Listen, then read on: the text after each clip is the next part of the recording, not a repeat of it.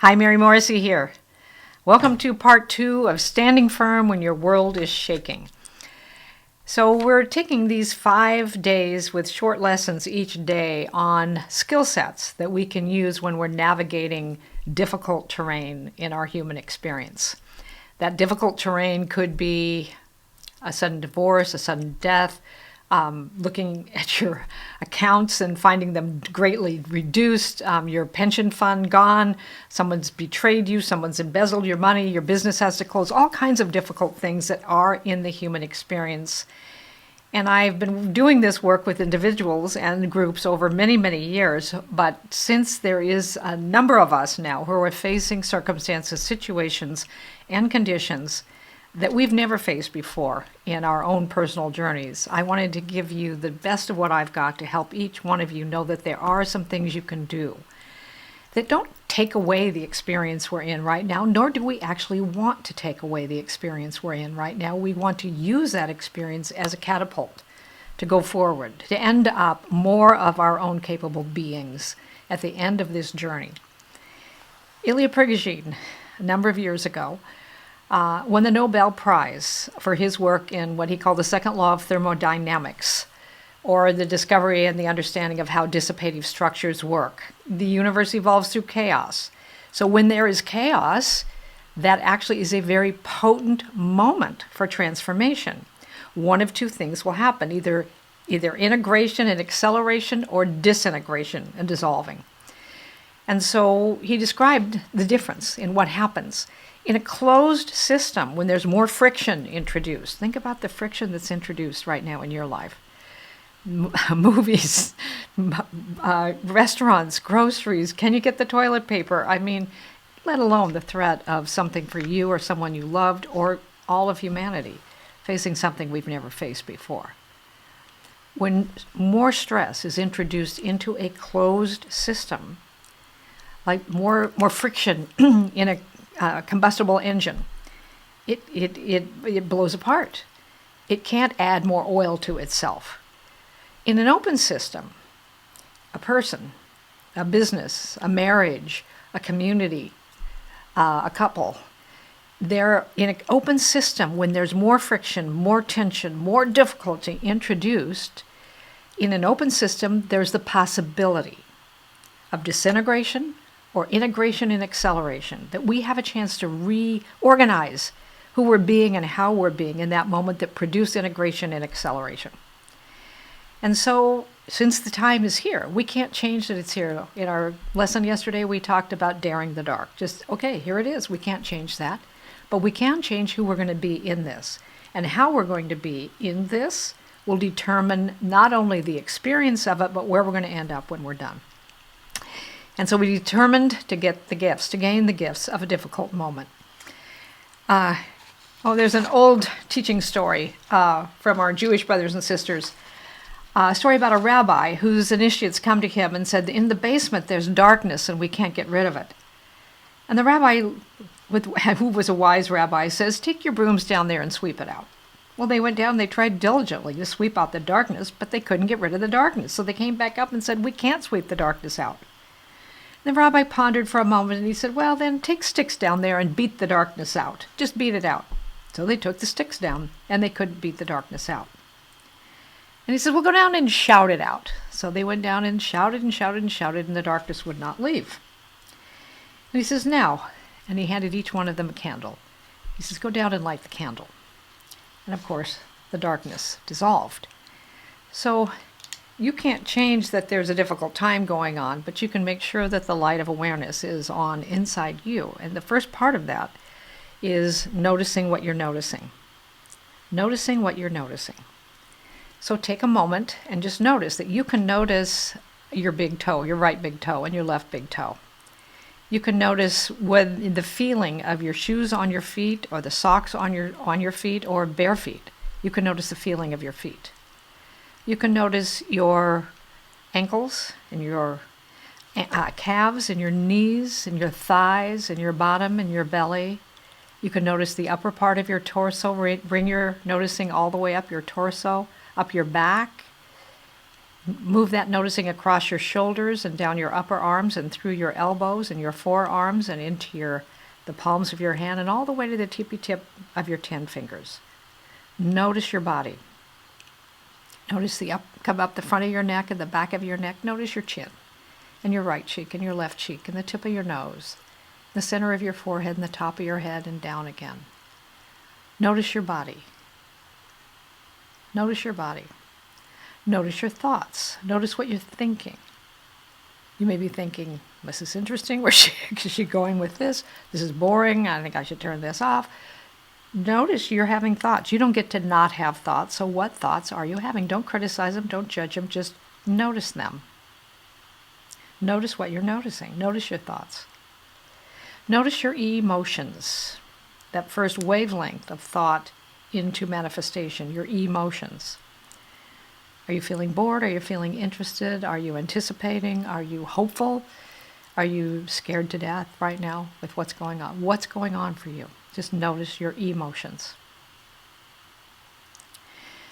The skill set of noticing what you're noticing actually means that now you are on the helm of your own ship. You've got your hand on the helm of your own thinking. Because you have a body, but you're more than your body. You can notice your body. Who is it that can notice your body but is actually more than your body? If I lose a hand, I don't say I lost me. I say I lost my hand, a piece of my equipment. Who is the me that has a body? Who is the me that can notice my thoughts but can actually then say yes to a thought and no to a thought?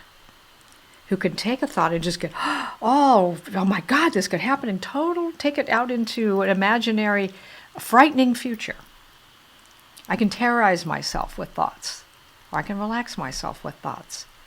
I can use thoughts to build a mindset that actually brings me into that sense of openness, where no matter what the friction is, no matter how much intensity there is around me, I can use that to integrate and accelerate. I can notice my thoughts and I can choose my thoughts. I can notice my emotions. And move those emotions also. Make them huge or make them much, much less impactful, or focus on thoughts and feelings that actually embrace.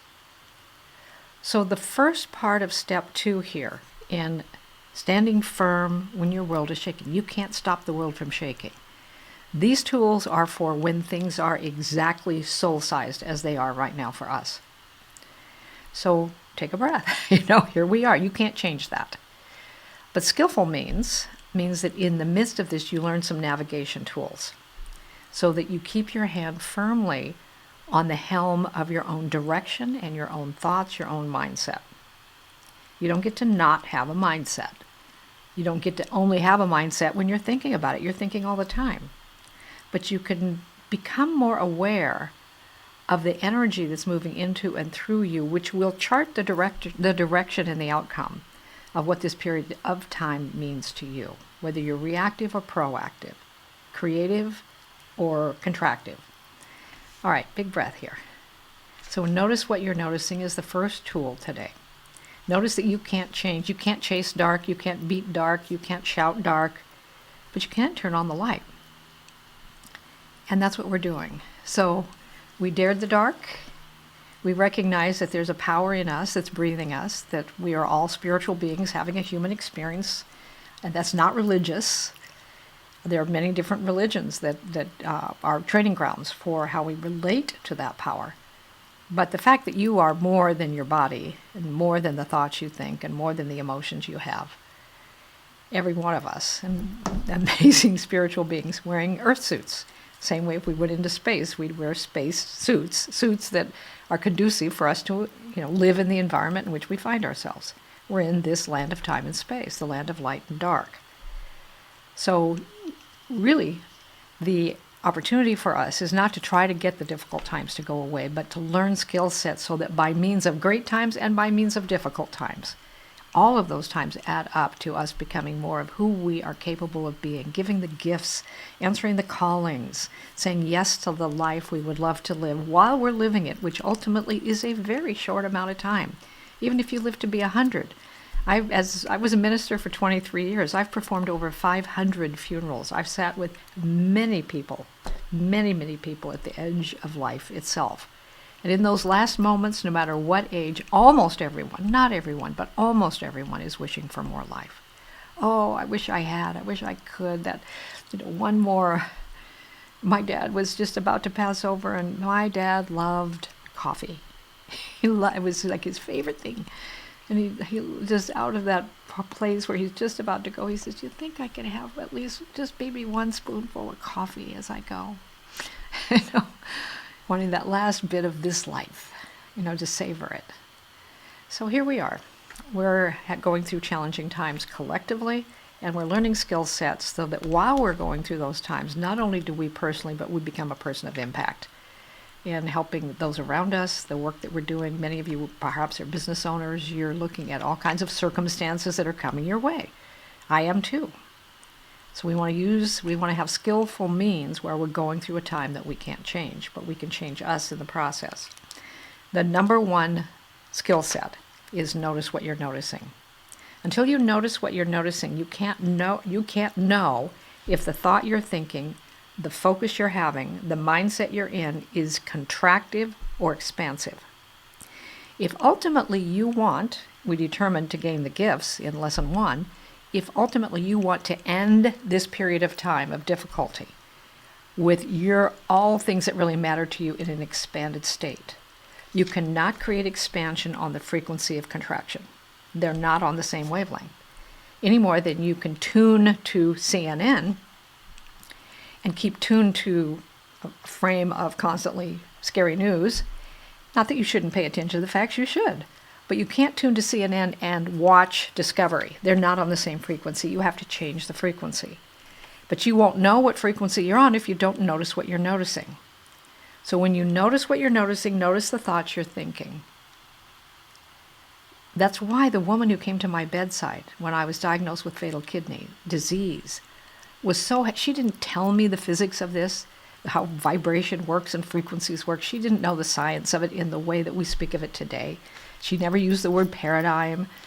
She just said everything's created twice, first in thought, and then it comes in some form of itself. And if you think a scary thought, the first form of that scary thought is a beating heart, beating faster. If you think embarrassing and shameful thoughts, the first expression of that is rosy cheeks or a contraction in our nervous system called shame. So here we are. We have determined to find gifts in this situation. Notice what you're noticing. Notice if what you're putting your attention on is expansive or contractive. And determine to gear your thinking towards the expansive. What's the best thing that could happen here? What's an opportunity I do have here? How could and you're taking nice, healthy breaths so that your awareness stays in the frontal lobes of your brain. So you've moved out of fight and flight. You take a deep breath and breathe it out as if you're blowing it very slowly through a straw. And you do it 3 times. And that physiologically moves you back into a center place where you can begin to think better. But while you're noticing what you're noticing, notice if it's expansive or contractive. And if it's contractive, think again. Change that thought in the way that if I started to think self-loathing thoughts about getting kicked out of high school and having to go to school with delinquent boys and pregnant girls because I was pregnant and couldn't go to my normal high school and my best friends couldn't see me, their mothers wouldn't let them, and I must be a horrible person and I'm thinking self-loathing thoughts. I've got fatal kidney disease, and she says, let's interrupt that. Not because we can change what's going on. She wasn't a physician. She couldn't change that, and the physicians had no hope for me. There was no dialysis, there was no transplants. But there was one thing we could change, and that was my mindset. That was one thing we could change, was the dominant frequency of my thinking and feeling. Those 2 things go together. And the moment I noticed that I was thinking a self-loathing thought, she told me, say, no, that left when the kidney left. And then immediately she gave me 3 images that would cause feelings in me of living a life I really wanted to live, if I could live it. I wanted to raise my little boy, and I wanted to be a teacher. My version of that, of course, in 1967, was classical classroom teaching. I got my undergraduate. After I got well, I did that for 5 years. But ultimately, my life as a teacher, which I've been my whole adult life, has been in teaching transformation and helping people apply the skill sets that you and I are talking about in ways that in a very short time they turn around, and where they were, you almost need a telescope to see it from where they have reordered and reorganized their life. They were an open system.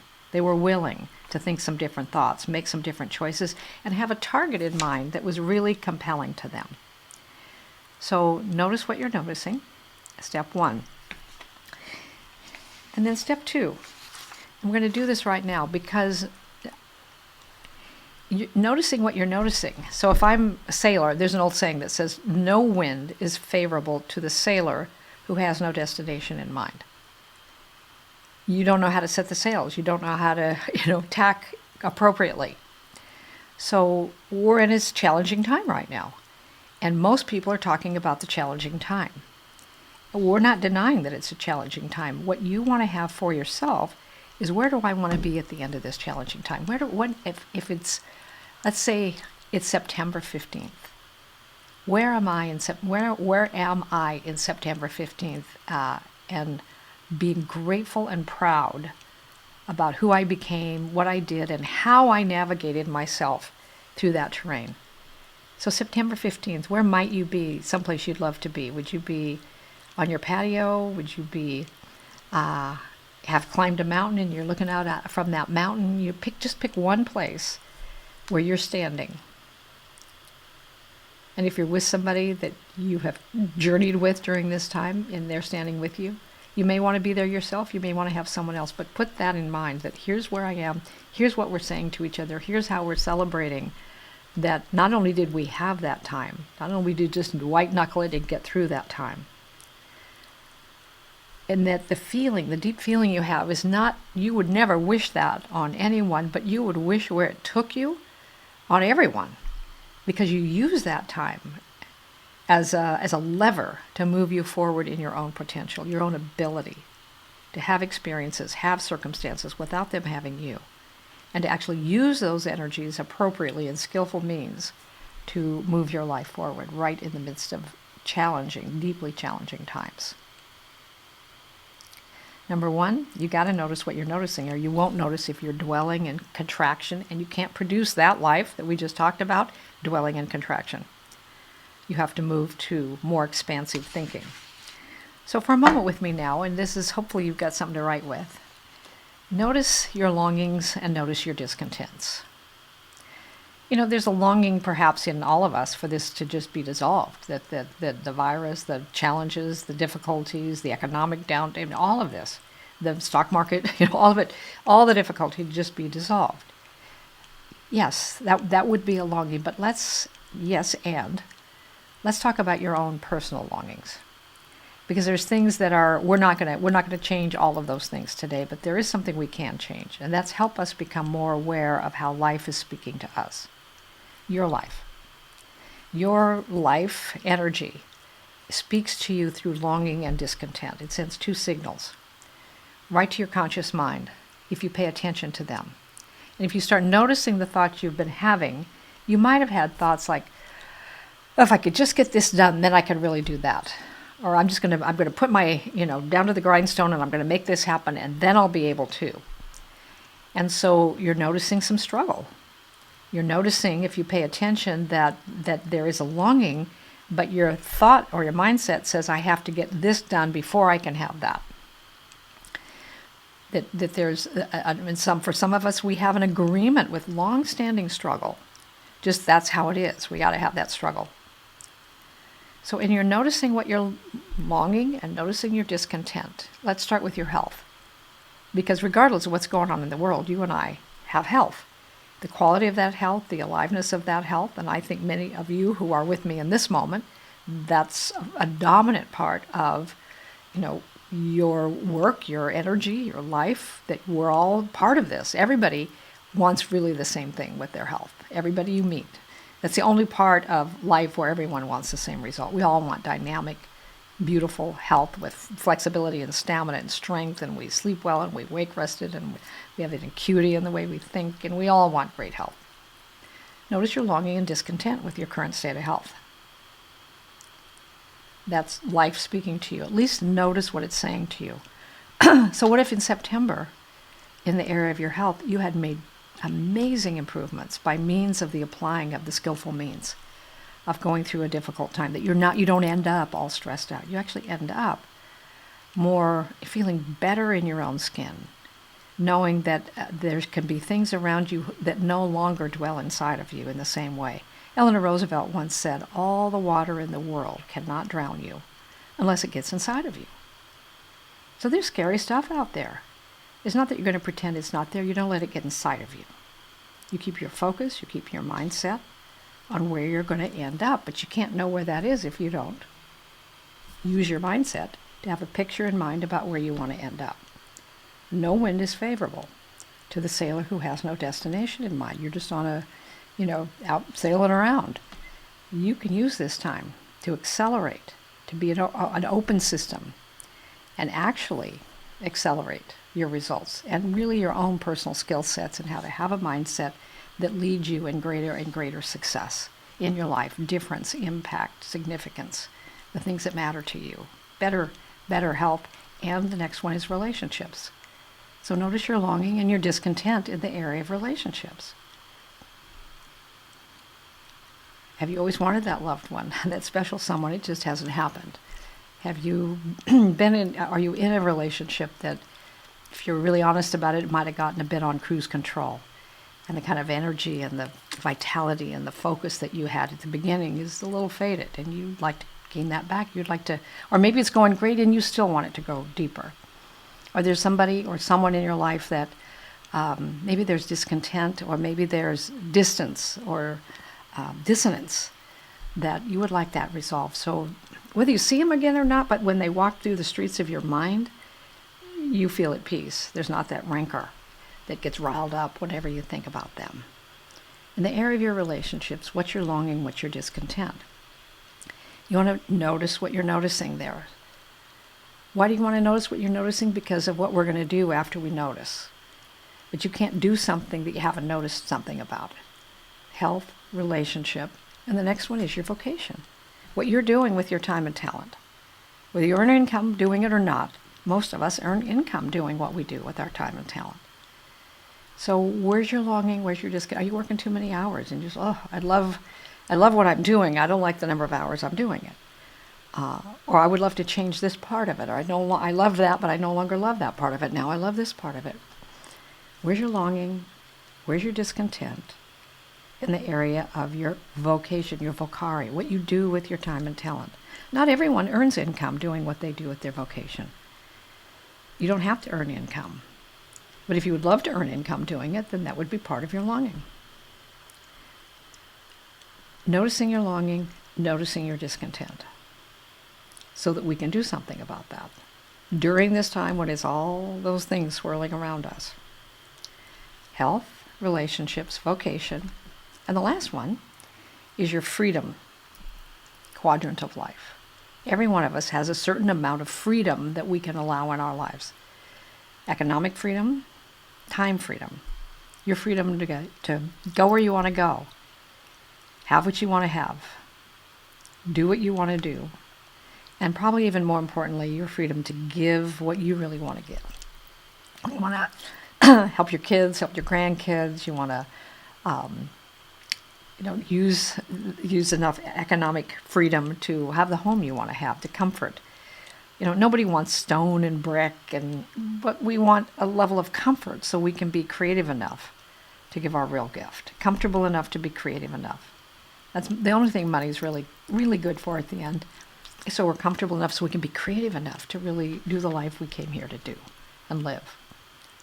So again, in these 4 areas, health, relationships, vocation, time and money, freedom, what would you love?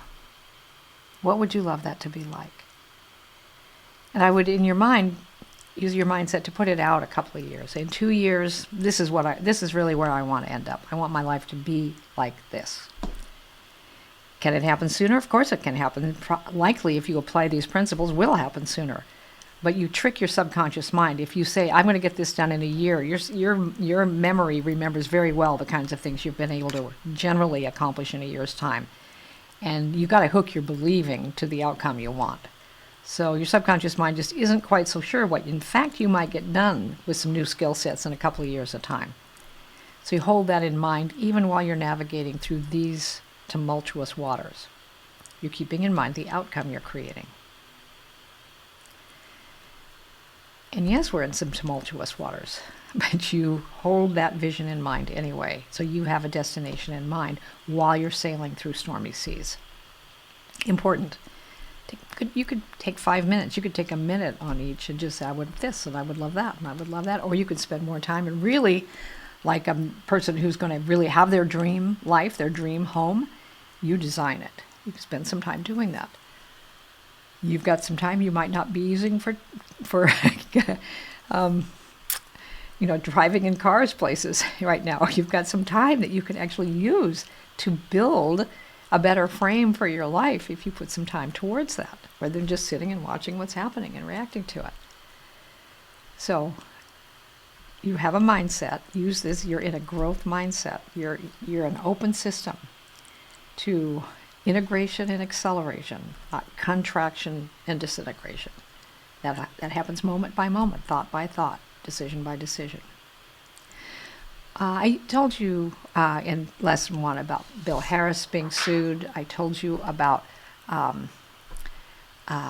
Harris being sued. I told you about Karen Joyce having her diagnosis and how she was told she had 3 months. I told you about a difficulty in my life, losing a business, going through a complete challenge of everything that I had built, the structures, the marriage, the house, that I lost all of that when I discovered extreme decision-making through bipolar disease that shattered everything I had built and trusted in.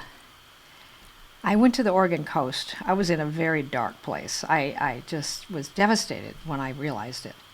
And so you may have some of those feelings as you're looking at what's happened with your business accounts, what's happened with your some of your investments, with the kinds of facts that we're facing. You might have some feelings that you feel bereft. I just felt totally bereft, and I just knew to walk the Oregon coast for days, and I found a little place where I could stay, and I didn't walk for days, I walked for weeks. And about week 5, I've been so devastated, and I was, in hindsight you can see things. So in hindsight I go, I could have seen that, I could have seen that, and I was so busy doing other things, and frankly deep down I realized I didn't want to see it. As a public person, I didn't want a second divorce. And so I kept myself from seeing it. But I couldn't see that because I wasn't noticing what I was noticing. And so as I'm reviewing all this in my mind and being mad at this and this and this, and mostly at myself, one day I was walking, and I wasn't crying that day very much. I was just walking, and I heard from inside myself, that voice that every one of us hears from. And I heard, you're still breathing. I was so happy to hear from that part of myself. I hadn't heard any, I'd just been hearing my fear, my mad, my scared. And I realized that the voice was always there. I had just been broadcasting grief so loudly I couldn't hear it. You're still breathing. And right behind that I heard, dark chapter, not your whole book. And that was the first time I really allowed myself to recognize, yeah, this is a dark chapter in my life. I can write more chapters. This doesn't have to be the end chapter. All the ability that's in me that built one thing is still here. And frankly, I'm a smarter businesswoman now than I would have been and was before. And now it took me time, but it was the realization that this actually could be ultimately something I could use to take not only my life, but to help other people in their lives as well. And I realized that what I loved most doing hadn't changed. I loved seeing that spark come on in somebody, giving them a tool that when they applied it, their lives began to expand immediately, and to have them, move their whole life forward by learning a series of skill sets of how to be, in fact, who they really came to be, using tools that are here for every one of us. Most of us use our tool of imagination to actually terrorize ourselves. We imagine everything that could go wrong. We reimagine horrific moments in our lives versus training our imagination creatively. And a number of things. So today, as you're looking at things, I just really encourage you to put it in perspective. When I worked with the Dalai Lama, he said, long view, keep long view. Meaning, so you have, we have a circumstance, a situation, but you're more than that. Keep long view, keep long view. And so then the question becomes, how am I going to use this? I'm going to notice what I'm noticing. I'm going to notice my longing and my discontent long enough to help me shape a vision. Use my imagination intelligently and imagine me living a life that would answer my longing and dissolve my discontent. Answer my longing and dissolve my discontent. And then you shape that into a vision. You try on possible futures until you go, I would love this. I would love this result in my life. So skillful means then, how do I then, if this is where I want to end up, if I've got my rudder set and I want to end up here 6 months from now, 2 years from now, what does your health look like? Your relationships, your vocation, your business, the work you're doing, your accounts, kind of time and money freedom. You look at your calendar, what are you seeing? You look in your bank accounts, what are you seeing? You imagine it. You can't create something you can't bring to mind. Then you're going to have a mindset of your belief about how easy it's going to be, how difficult it's going to be, whether you're the person who can have it, whether you are worthy of it, whether you feel confident, and all of those things are in the pattern of the life you've been living. And then this disruption comes. The disruption is actually part of life's way of seeking for every one of us to become more of who we can be. Our species to become more of who we can be. And we've been in an era of the Great Divide, the great polarity, not just in the United States, but around the world. Polarity itself gives rise to a tension that has breakthrough possibility in it. Doesn't mean we as a species will break through. But you see some things of the Great Divide coming together. You see some things now of people helping each other, of people having something that's more important for us to come together about than our divisions and our disagreements and our political and other means of infighting. And not just in our political scene, but in families and communities and places all around it. We're just in the front wave of that. As a species, as a family, as a community, as a business, you will decide which way you lean. And you will either lean towards expansion during this time or you'll lean towards contraction. And the way you know the outcome you're going to have predictably is if you pay attention to what you're noticing. The more you're noticing contraction, predictably you're going to have contraction in your business, in your life, in your health, and all of the ways where the vibration you're coming from manifests into forms. So you have a choice because you can notice what you're noticing.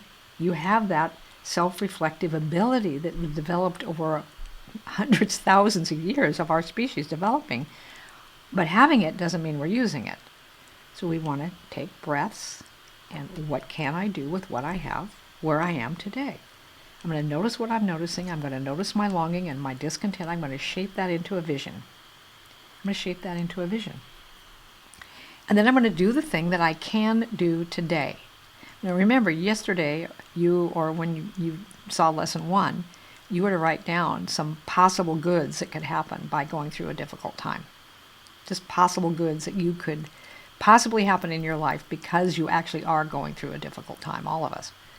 So what possible good could that be? You want to keep that in mind also. It's actually a destination in mind to gain all the good, So Bill Harris, he writes all the possible goods that could happen, focuses on them. That focus gives him ideas. The ideas that you will have, there's infinite ideas, but the only ideas you will have are based on the frequency that you're tuned to. So every one of us right now could get on the internet. In fact, you are watching this because you found some way to find the URL and you're watching this. And it's available to you. It's on the internet. The internet, as vast and wide and wonderful as it is merely the storehouse of all things humans have learned, written about, stored, and recorded for about the last 6,000 years. So there's zillions of things you could go find on the internet. But you don't want zillions of things. You want the thing you're focused on. So you put something in the search box. And the search engines go and find everything like what you're interested in. You have access point to another resource, not just the internet. You have access to the infinite. You are a point of connection to the mind of the infinite. It is, in fact, the mind you think with. And your thinking is the search engine. It's sending signals to everything that will come to you as ideas, responses, the people, the circumstances, the support or the lack of support that you will bring into your attractor field has everything to do with the frequency you're focused on. Why it's so important to notice what you're noticing and notice expansion and notice contraction is you don't want contraction results in your life. You want to be an open system, a growth mindset, a person who uses this time well, skillfully. And at the end of the time, you have become more of who you are capable of being. And the results of that, not just for you, but for the impact that brings. And who you become in the process. And so, as you pay attention to what you're paying attention to, and lean to, if you find yourself, I heard this, then I heard this, then I heard this, easy to do in today's times. Easy to do. But we start noticing how contracted we feel. And know this, that frequency, that pattern can only produce one thing, and that's more contraction. So that's why you take a deep breath and you apply one of the tools from yesterday, is remind yourself, I can have this situation without this situation having me. All the water in the world can't drown me unless it gets inside me. I can have this situation without this situation having me. I can actually become more, the things that matter to me can become more even during this time. That's a possibility. And because that's the possibility I'm interested in generating as results, and I'm going to generate results anyway, so why not results? Why not generate results I'm interested in? Then I'm going to apply these tools. Today, you're going to generate a vision for your life. Where when all this is said and done, and it's 6 months from now, or a year and a half from now, 2 years from now, where you're going to end up in your life, regardless of the tumultuous times. Regardless of the circumstances and situations. You have a power in you to decide that regardless of conditions. It costs you no money. It costs you mind share. It's a mind focused on where you want to end up. And then you begin to focus on that and build on that.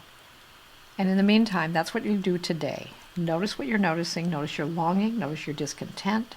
Take notes in each of the 4 areas: health, relationship, vocation, time, and money. What you're longing for and what you're discontented about. Even 3 things. And then once that's in front of you, you've noticed it enough to put it on paper and get it in front of you. 3 things in each of those areas. Then you ask yourself this very, very important question. So what would I love my life to be like?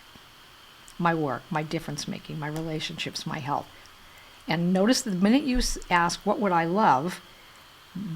In polarity, the other side is going to say, well, you can't have that, you don't have this, it's going to try to argue you out of it.